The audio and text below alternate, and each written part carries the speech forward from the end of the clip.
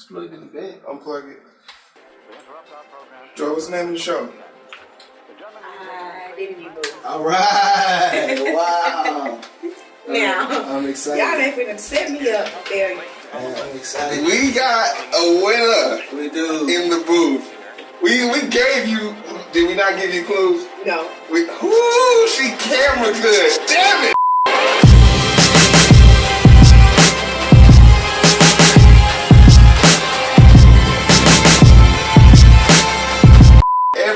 Everybody, we back in the booth. We got some joy in the booth.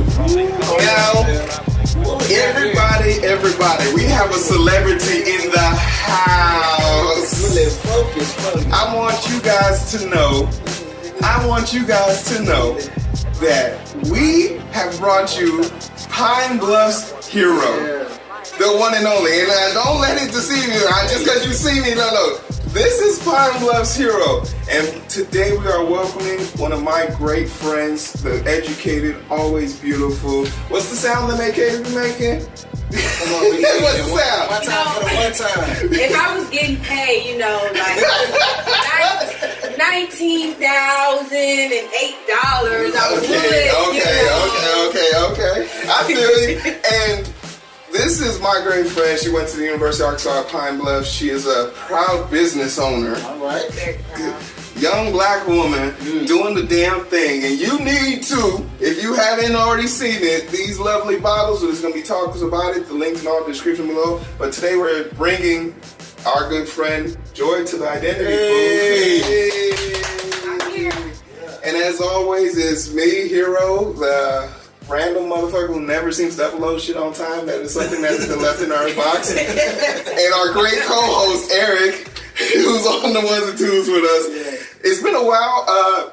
Apologies in advance because I didn't upload this week. I was doing a lot of traveling. I had multiple interviews throughout the country, and we've been busy. So forgive us for that, but we've been keeping up to date. I have content for them, and Joy is complaining about the fans. So once again, we're gonna make accommodations for the women. I'm shaking. But only because you wear the pink and green. That's all. We only make accommodations for AKs apparently. Yeah, I don't know. If I have a Delta in here, I don't know how. Shawnee, She's Ayla. gonna be cool with being hot anyway. Don't throw shade on the booth because we might have a Delta come on. I need friendly conversation. But they supposed to be some devastating divas all the time. So if they can't be devastating diva in the warm, then from what I understand, women are very emotional. They don't like having no shade on the booth. It's no shade. It's just true. All right. I got a special place in my heart for the pinky. Yeah, all right. You know what I mean? Yeah. Got the one that got it on the ring too. Yeah, so. sure do. Yeah. So we in the identity booth. I don't know what today is, but we're gonna do the news, and Joy decided to join us on the news. All right.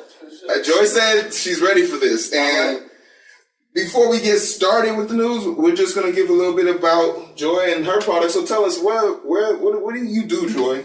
What do you do? I am a full-time hairstylist, and I am a full-time entrepreneur.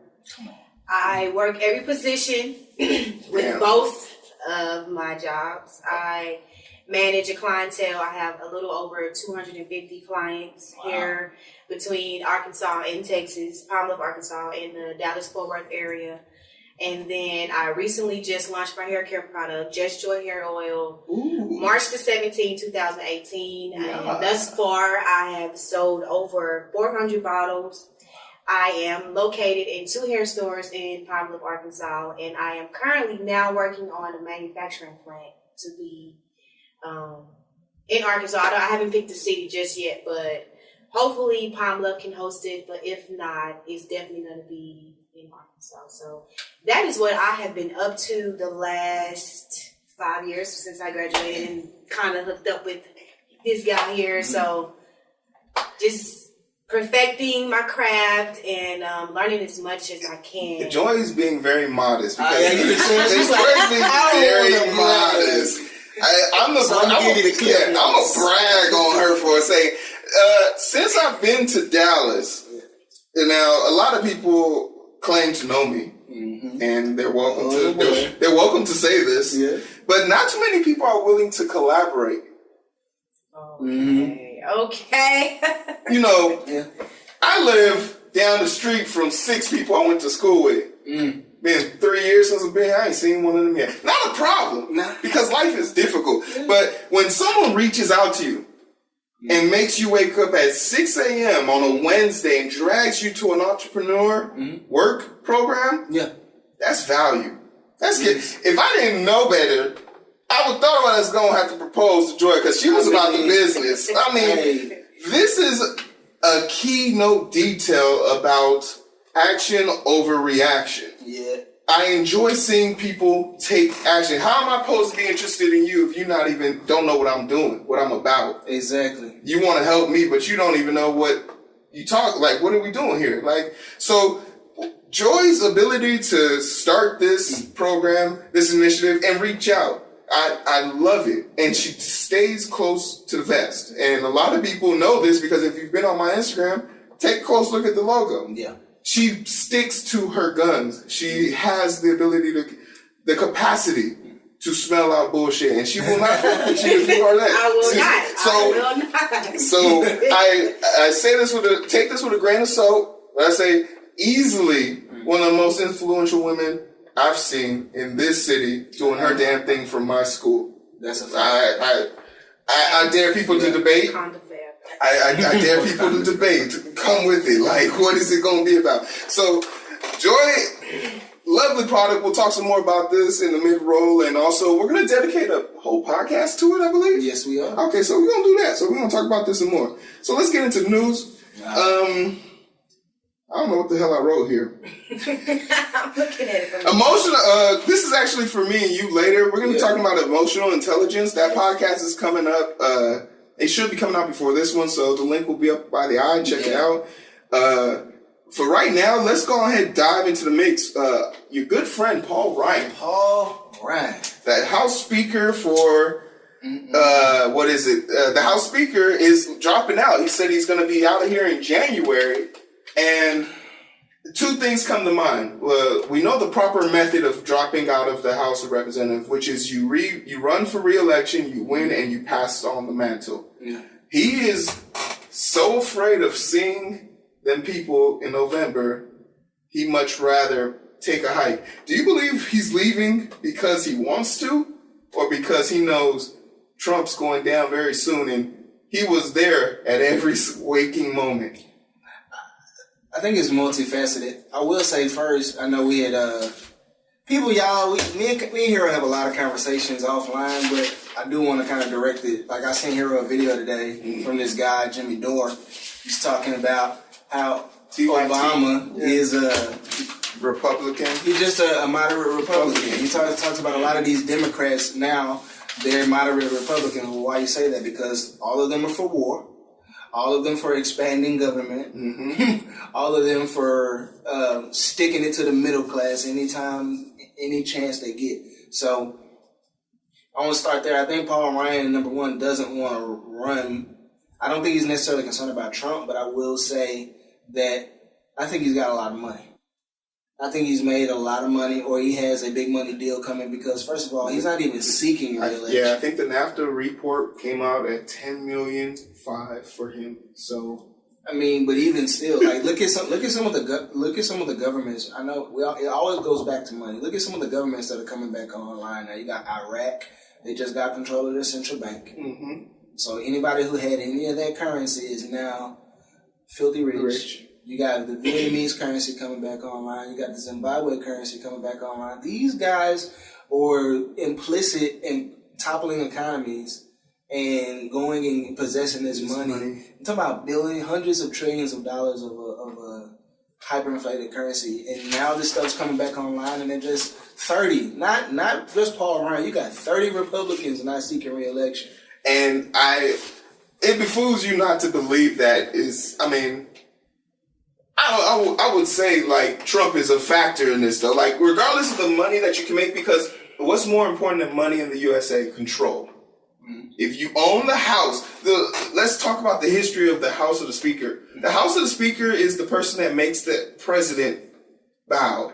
He has the capacity to cripple the president in legislative actions. But Paul Ryan's not a mean guy.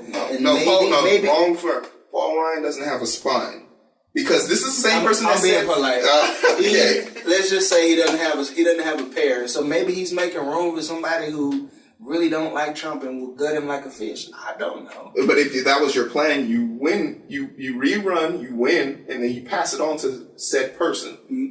Again, maybe there's a Democrat or a group of Democrats that was like, say, man, just let it go. And maybe he just decided. I think he's more scared. What do you think, Joy? Would you run against this idiot? You would, because you're the hero of Pine Bluff. You could win. I'm really not into politics like that. Why? Because it's too big of an argument, and it just gives me a headache. Because at the end of the day, you still never know the truth. So knowing the truth is one thing, seeking it is another. Yeah. So I give you an example. If we were to draw this for you, Paul Ryan can be easily defined as a coward and an individual who has basically in the next 3 years going to cripple our economy with the tax cut that he made. Okay, let's make a better comparison. Paul Ryan's like the 40-something-year-old high school principal who's afraid of the parents, so he never punishes the kids. So if this guy wanted to come back and run and basically rule over your kids, would you let him? Hell no. So like politics and part of the identity move is okay with that. Like everybody was thinking like, you don't have to be politically savvy to even speak on the matter, but it's important. It's important for us to understand who is helping us in the big picture. Yeah. And Paul Ryan isn't one of them. No. So if we had to move on to this, if we're going from the basics, I would like to say what? Syria. So recently in Syria, and this is my fault. I probably should have said this in the beginning. Condolence goes out to anybody, refugees, immigrants, migrants, anybody who is directly affected or indirectly affected by the atrocities that are going on in Syria. I'm thankful for people who are able to put this on the internet for us to see, but it's got to be bone chilling. I work in a field where I chop dead people. That's me all day. And it still made me flinch a little bit. 3 days before the attack, about a week before the attack, and this is my conspiracy theory now. Oh yeah, we like conspiracy theories. Because I'd be booed fool if this happened. 3 days before, a big orange Oompa Loompa said he's going to pull out all of our military efforts out of Syria. I cheered. I even tweeted a nice thing about baby fingers because it was a great idea. It was great. And then 3 days later, he backpedals. 2 days later, Assad, the ruler of Syria, been crowned in power, does a chemical chlorine-based attack on his own people. If you knew that the most threatening person in your country was going to leave shortly because he felt that there was no need for me to be there, what would drive you as Assad to say, I want your military to stay here and continue to try and kill me. I'm going to bomb my people. Does that make sense? Not to me. Does that make sense? Not at all. So my conspiracy theory is this was an inside job planned between Macron from France, Duterte, what's the dude from Canada? What's his name? I don't know. The nice guy from Canada, the prime minister. I don't like it. I'm going to put his name up here. And us are planning to do this. And this draws back to what you love to think about this situation. Why are they doing this? They're doing this because of what? Money. It all goes to natural resources and money. Why is Russia being so defensive of Syria?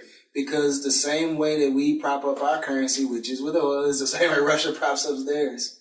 So can we all? So now that we're being honest, everybody. Okay, this is gonna because there's a taboo in this world where you can't talk about the military. Yes. Hey, hero's Muslim. He's talking about the military. Al Qaeda, get him out of here. Get him the fuck out of here. So I have to tippy-toe around this, but there's no reason to be tippy-toeing around this. I respect the troops. Yep. I love them. In fact, I love them so much, I hate they have to go out and fight. Oh, that's a fact. Furthermore, I'm here to tell you, if you're signing up to go to the military, God bless your heart. 1, 2, go get a trade. Yes. Don't do it. Why are we fighting in 2018? What is the reason for fighting at all? Diplomacy is everything now. Mm-hmm. There's no reason for that. And the war has now taken a $10 billion deficit out of our social economical structure. You know what that problem is right now with so much social injustice because of the war. See, she said she don't like politics, but she just dropped the dime on y'all. She just dropped the dime on y'all. And that's perfect. The comparisons there is you leave all of this structure, no money for infrastructures, no money for social programs, no money for school, no money for education, no money for teachers. We have teachers in the streets striking. But we got money. We got 80. Think about this. We are throwing $80 million bombs at people who don't even have huts. War is money. That's all that it ever is. And do you feel like if the people wake up and realize, like, hey, look, we don't want to do this war thing anymore? Why is the Cold War frowned upon, but the war on Iraq not? You know why I think this. I mean, to be perfectly honest, the Cold War is frowned upon because it didn't spill any blood. It did not drop any bombs. Why call it a war if we don't actually kill people? See, these people who are signing over these checks and going to bat to drop bombs on these countries is because this is a military-industrial complex which says in order to further our agenda, we must, 1, always have a reason to go to war, 2, go into second and third world countries, drop bombs and destroy the infrastructure, like you said. Mm-hmm. And the way they do this is they do it with diplomacy first. That's always, hey, I'm going to come into your country. I'm going to set up some corporations. Starbucks, McDonald's, KFC. Not even that. I'm talking about like multinational corporations. I'm talking about like Halliburton's and Blackwater. I'm talking about stuff like that. Yeah, we're going to come in. We're going to build these buildings. You're going to give us this land for free. We're going to drill and dig and find all your natural resources that you have in this country. So you can either give them to us willingly and allow us to set up a central bank here and inflate your currency and bankrupt your people, or we'll just topple the regime and put in some people that we like who'll do it anyway. I almost wanted to reach out and just start slapping people all down my timeline because, because moving on to the next topic that's part of this topic, people's devotion to military in this country is stifling. It's stifling. But you got to think about this: the history of the military in this country. Like, the military is something that defines a true red-blooded American, like old-fashioned anyway. True. But nobody, but how many, okay, so the VA and CDC was putting out numbers. They got over 243 veterans out on the street right now? Sad. No, it's more, that's a low bar. That's me being, how many bums have you met on the street? Bums that are, I'm ex-military, I don't have a job. I'm disabled, the VA won't give me any benefits, I have to wait years to get anything. So where's it? It's like a gap of ignorance and a gap of blindness, because people say I love the military until they get a dude on a sign on the street and you roll your window up. It's not 110 degrees. Keep looking straight. We've all done it. But as I'm sitting here trying to figure out why we're blind to the people here suffering, but not blind to, we see these people here, what is the end result? And that's the thing, that comes with this whole draining of our economy and our socioeconomic status. Education doesn't flow freely anymore. Yep. No one knows what really goes on over there. And if they do, flip twice on Twitter and you're on to the new whatever Kim K is doing or whatever. It's constant distractions that are forcing us to not be readily awake to this. I mean, Joy, if somebody had to ask, what do you think they're doing over there? When they tell you they're going to Iraq, how do you feel about that? I feel like just a lot of stuff in just hidden agendas and intentions going on. And that's another reason why I don't get into politics, because I don't want to take my mind onto thinking the worst in regards to that. But I do feel like they're going over there and they're monopolizing on every opportunity that they possibly can when they can just take that and just apply it here. Yeah. That's my take on any type of war, any type of affiliation with other countries. Is like why we can't take that same energy, that same passion, and apply it right here where we at. So that's just the only issue that I have with politics or any type of international dealings. I just really don't understand why. Just like with my product, it don't say made in China. It don't say made in America either, but it was made in America. You know what I'm saying? So I just don't understand why we're taking our talents and our skills and our money, our currency, and applying it somewhere else. Make Pine Bluff great again. Make the United States great again. Yeah. All right. She sealed the deal for me on that one. Moving on. We had Facebook. Shout out to all the people that took my advice, Eric. I did this against your humble opinion. But what you was looking for? Yep. Here we go. I did this against your humble opinion. I told a few select people, I got on Facebook, and I told people, hey, look, Mark Zuckerberg is about to go for a congressional hearing. The stocks dropped 40%. He lost billions of dollars. I'm happy about that. Lovely. Why? Because I bought in at $125, 6 stocks. Let's go. I want it all. And then after our congressional hearing, what happened? His shit shot 400% up. Why? Because we can't regulate. Deny. We can't regulate Facebook. Now this is important because if you put in $125, 400%, I'm not good with math. Maybe I'll put the numbers up on the screen somewhere. I'm probably not. But I made a lot of money off of that. And part of the reason why is because 2 things. We have a bunch of people in charge of our government who admittedly don't know how to use Facebook. This congressional hearing that took place for Mark Z was laughable. Yeah. It was almost disturbing to hear. It was like talking to your grandmother about Instagram. Trying to get have you ever tried to explain to an older person, just pick any old person on the bus. Tried to explain Instagram. My mom. I tried to explain. Mother, I love you. Facebook, but not Instagram. Yes. Mother, you're one of the few people that watch this, and I love you for it. Yes. But explaining technology to you is the reason why I have younger brothers and sisters. I defer to them for you because it's difficult. So now imagine these same people the average age of the conversation was 65 years old. Talking to a savant on technology. Yeah. It lasted 11 hours, the first one, and the second one 5 hours. He never gave any real answers. He escaped. The only real person that pressured him was Kamala Harris. She relatively young. Kamala Harris is probably a beast. You know, how do you feel about her? I don't know much about her. She's been playing stuff real close to the chest. She's definitely corporate. She takes a lot of big pat money. She running. That's what they say. She's gonna run. I don't want her. I don't want her to run because she's gonna get a lot of the Beyonce's run. That's our Beyonce. I don't need that.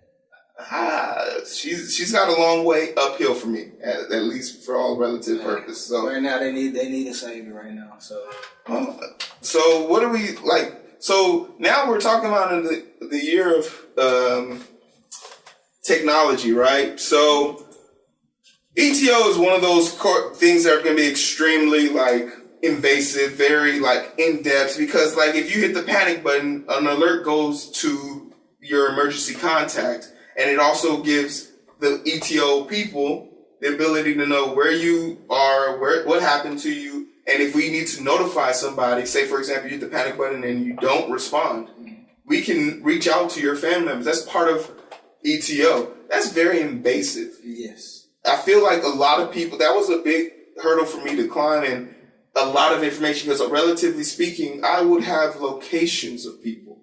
Yeah. Me as an abuser and a manipulator, I don't deserve access to that. That's why my board of directors dictate that. Yeah. Now, knowing this about me and knowing the true purpose behind it, I have a zero-sum game to sell ETO. It's not my objective. It's not my prerogative. If I don't make $1 off of it, it's okay. If I save one person with it, it was worth it.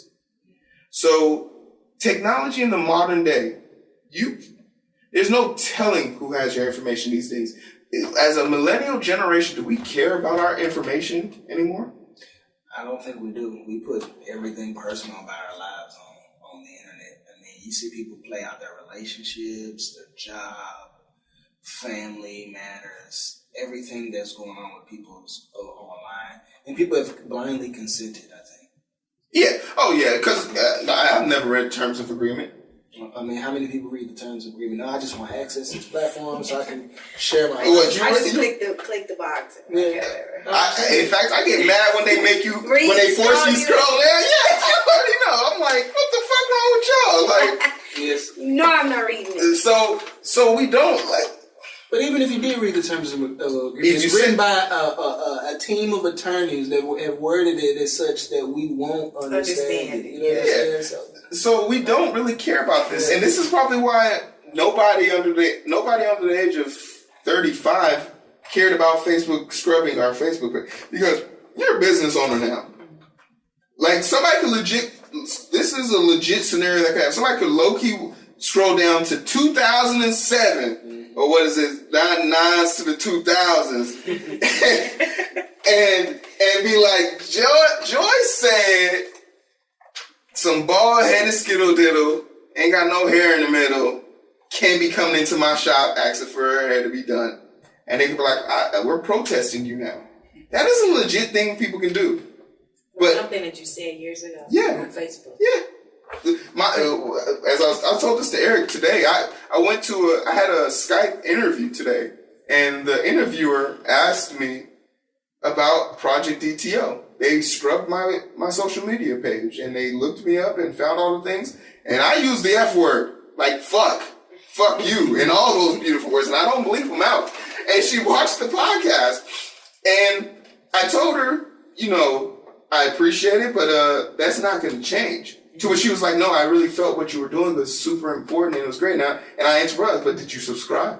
Facts. Did you subscribe? Did you hit the button? Click the bell. I made a lady. I told her if I don't, I might not get this job, and that's okay. But if you really about believing in me, you gotta subscribe. You gotta subscribe. It was a brown lady, wasn't it? No. She was white as day. Oh, for real? She scared the fuck out of me too. Like I didn't believe it, but she was. Yeah, she was down with the cause. So maybe she is. And I'll keep it completely like. We need some of them on our team sometimes. We do. Captain America's out there. We need y'all, man. Tony Starks of the world, the Spider-Mans of the world. We need y'all. But it's like it's ridiculous for me to sit here, because if I ever ran for a political position, I would hope that people would read into everything that I've done. Looked at me as a full character instead of a single moment in time. Granted, it is your responsibility to maintain your image, first and foremost. I need to put that as my Facebook status. You're free to use it. I'll even put it in right now. Yeah. Say it again. I forgot. Your responsibility. It's your responsibility to maintain your image.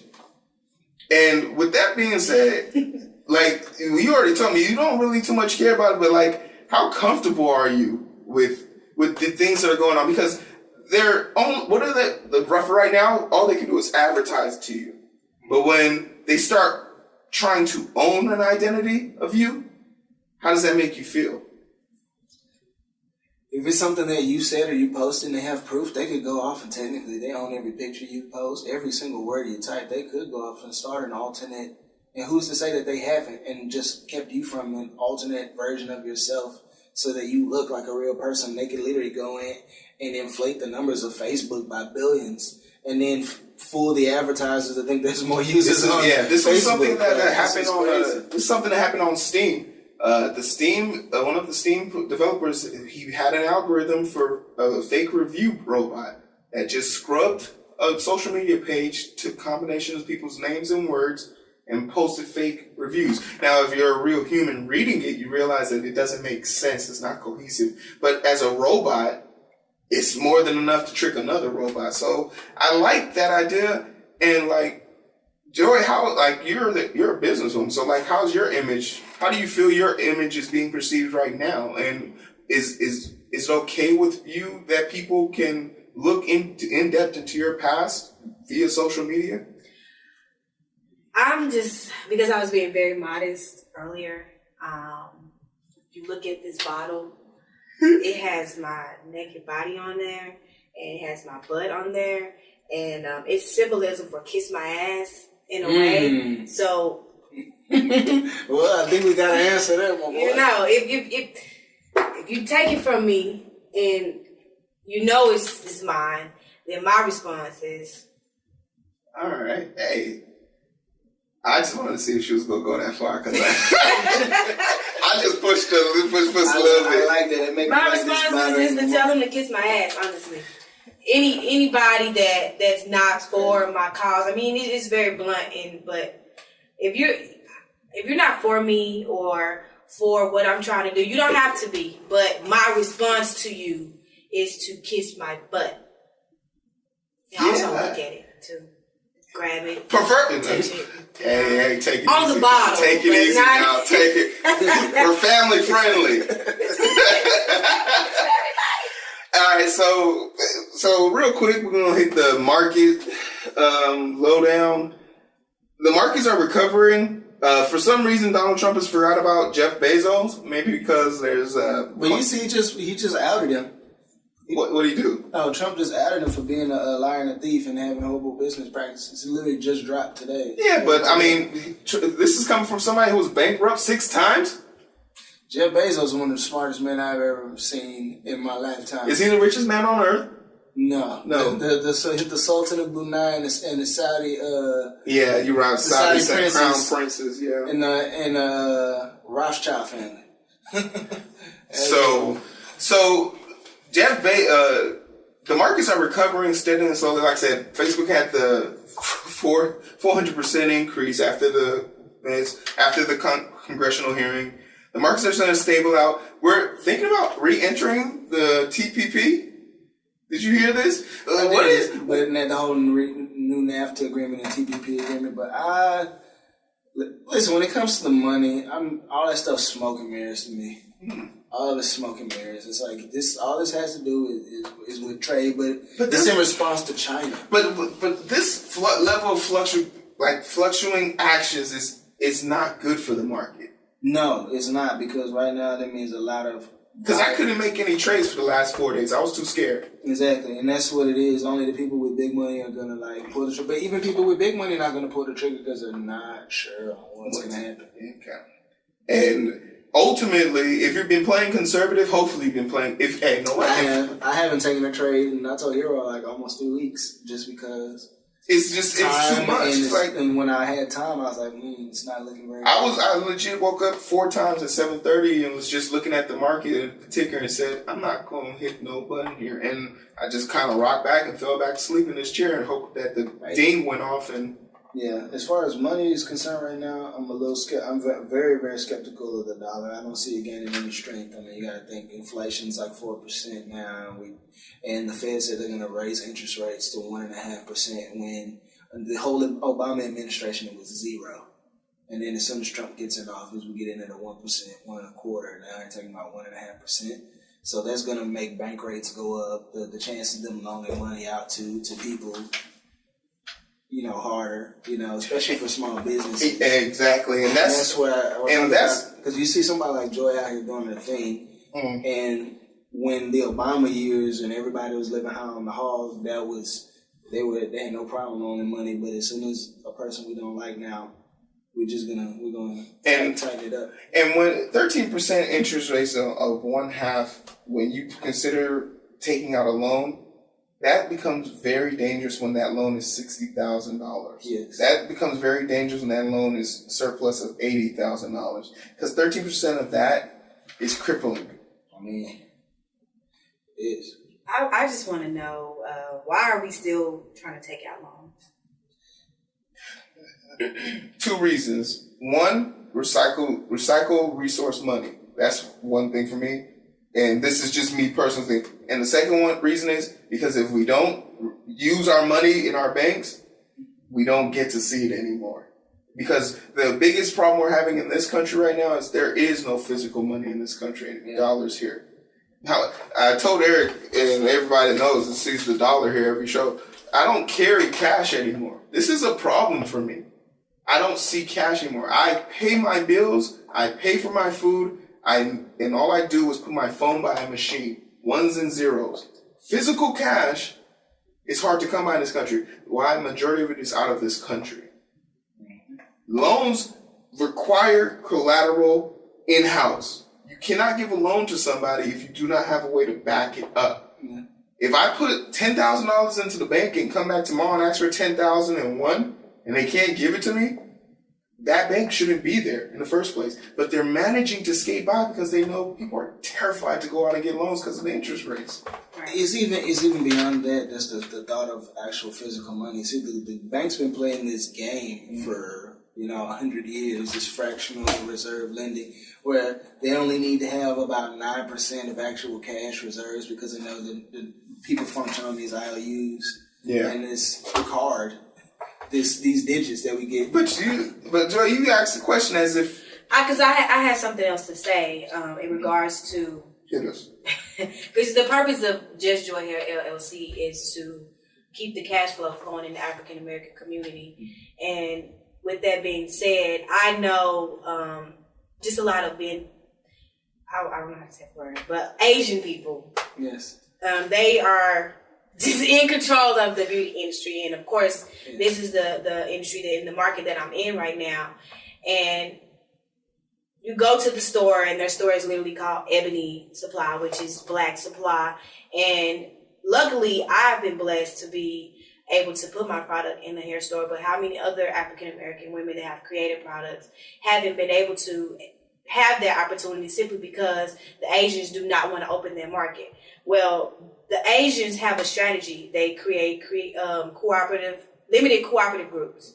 So they take the strongest people in their culture and in their families, and they sow into each other. So say, for instance, we take 100 people, 100 of us, and we say for 12 months, all of us give $100. And then we take that capital and we go create a factory. And then once my factory is running, we take the capital from my factory and go create something else. But the money is staying in our community, and we don't have to go to a bank for anything. So that was my question. Why are we still going to the banks for loans? Especially because we have people, Snapchat and Facebook, you have all these people with not billions, but millions of dollars flashing it, but our community look like shit. So my question is, why are we afraid to go? You can't go to the bank for a loan, but you also know you have all this cash that's technically not even existing anymore. So why aren't we taking this money and building ourselves? That's just the only question in regards to banks that I just don't understand. And if Eric, you want to shoot at this before me? Because to an extent, I agree with that. In the process I did was the same. What do you think? Nah, I agree when it comes to the black community, and people gonna get offended by this, but I personally don't care because you're right. You know who Dr. Claude Anderson is?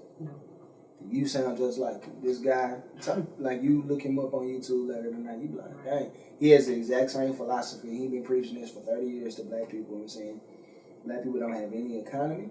So they don't have it because they don't have any economy, they don't have any political status. Yeah, but he talks about, Asian people, they money circulating in their community 12 times, Arabs 12 to 18 times, Jews 12 to 18 times, and that's the way the same way the Asian people do it, the same way they all do it the same way, and the same way the Arabs, even the Hispanics, they all form limited cooperative groups, and they just make sure they just pass it down from family to family, from generation to generation, and they don't mind.